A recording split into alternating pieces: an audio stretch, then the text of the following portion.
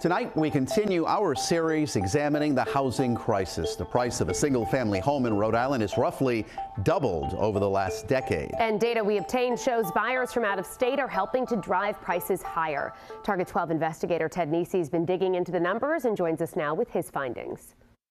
Rhode Island natives may get sticker shock when they see how much a house is going for these days, but for people coming from Massachusetts, that same price tag can look like a bargain.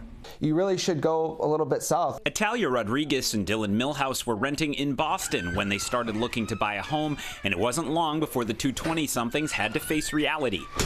Eventually what it came down to is he works from home full-time. We need enough space to have an office. We have 2 large dogs. We need a yard.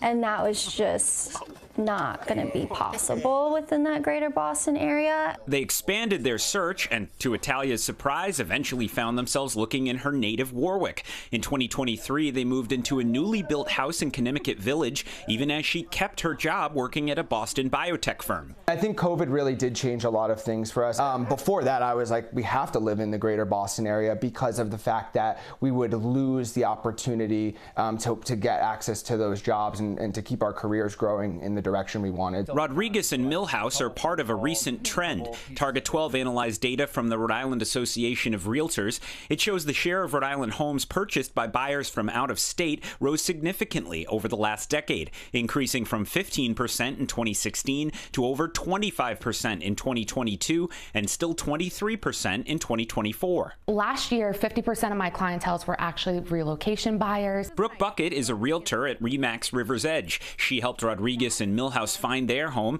and has made relocations from out of state one of her specialties. What I'm seeing that's enticing them to move here truly is housing affordability, especially in comparison to nearby Massachusetts. Because people around say it's gotten very expensive here. Absolutely. Comparatively, but it's still, as you say, it's nothing compared to what it costs in Newton or some suburb of Boston. That's correct. And moreover, a lot of my folks that are relocating from Boston, a lot of them are renting, and they're paying, $4,000, $5,000, $6,000 a month for a 1 to 3 bedroom apartment.